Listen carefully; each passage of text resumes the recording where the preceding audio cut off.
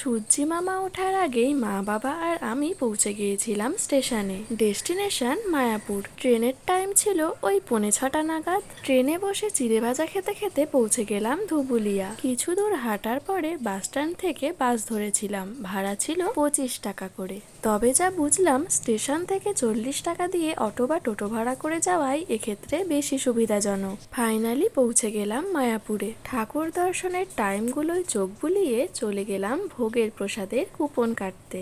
আমরা নিয়েছিলাম গীতা ভবনের প্রসাদ কুপন, যার দাম ছিল 60 টাকা করে। ব্রেকফাস্ট করার জন্য গিয়েছিলাম মন্দিরের ঠিক উল্টো দিকের দোকানে। বাবা আর আমি নিয়েছিলাম পেটাই পরোটা আর ঘুগনি, যার দাম ছিল 20 টাকা করে। আর মা নিয়েছিল 4টে লুচি আর ঘুগনি, সেটাও ছিল 20 টাকা। এরপরে নবদ্বীপ যাওয়ার জন্য টোটো করে পৌঁছে গেলাম লঞ্চঘাট।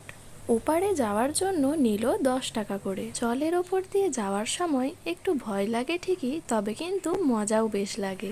লঞ্চে চেপে পৌঁছে গেলাম নবদ্বীপ। নবদ্বীপের 10-12টা মন্দির ঘুরিয়ে দেখার জন্য টোটো কাকু চেয়েছিল 500 টাকা। আমাদের সঙ্গে আরো দুজন অচেনা মানুষ ওই টোটোতে গিয়েছিল, তাই আমাদের পড়েছিল 100 টাকা করে। প্রথম যেই মন্দিরটাই নিয়ে গিয়েছিল সেখানে গুপ্ত বৃন্দাবন দর্শনের জন্য টিকিট ছিল 10 টাকা করে। সেখানে রামায়ণ মহাভারত বিভিন্ন ঘটনা নিয়ে লাইট অ্যান্ড সাউন্ড শো হচ্ছিল। এখানে রাধাকৃষ্ণও ছিল আর মহাপ্রভুর জীবনের বিভিন্ন ঘটনাও তুলে ধরেছিল।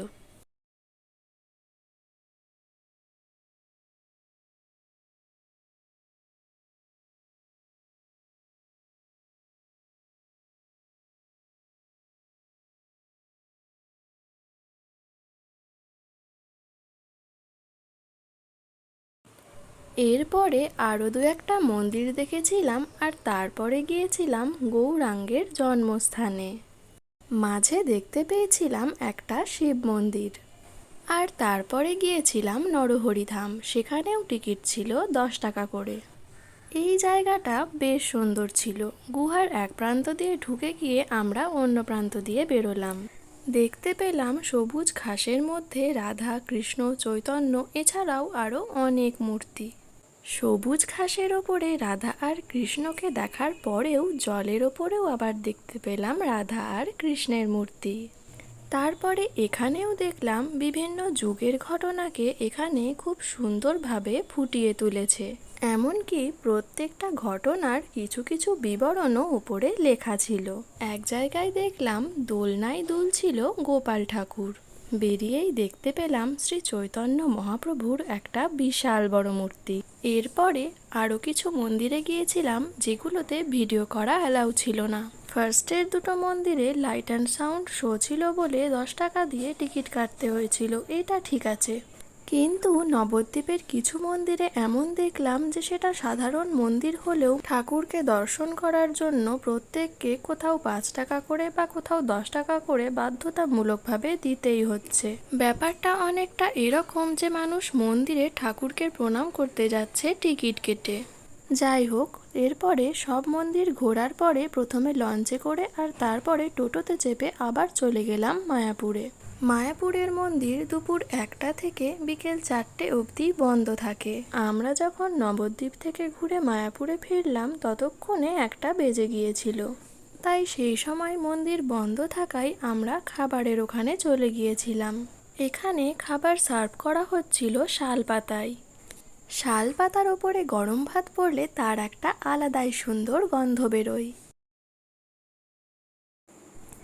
মেনুতে ছিল ভেজ পকোড়া, ভাত, ডাল, মিক্স ভেজ, পনির, আলু, কাবলি ছোলা দিয়ে একটা তরকারি আর শেষ পাতে ছিল পরমান্ন বা পায়েস। খাওয়া কমপ্লিট করে আমরা গোশালার উদ্দেশ্যে বেরিয়ে পড়েছিলাম।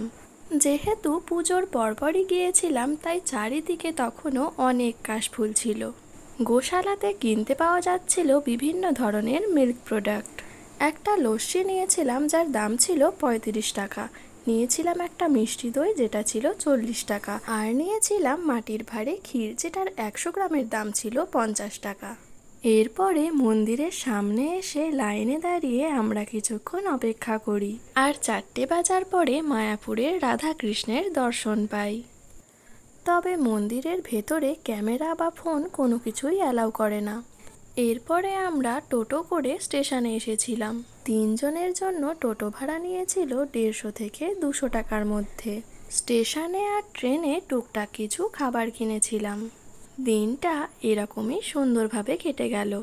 তোমাদের এই ব্লগটা ভালো লেগে থাকলে লাইক, কমেন্ট, শেয়ার আর সাবস্ক্রাইব করতে ভুলো না কিন্তু। টাটা।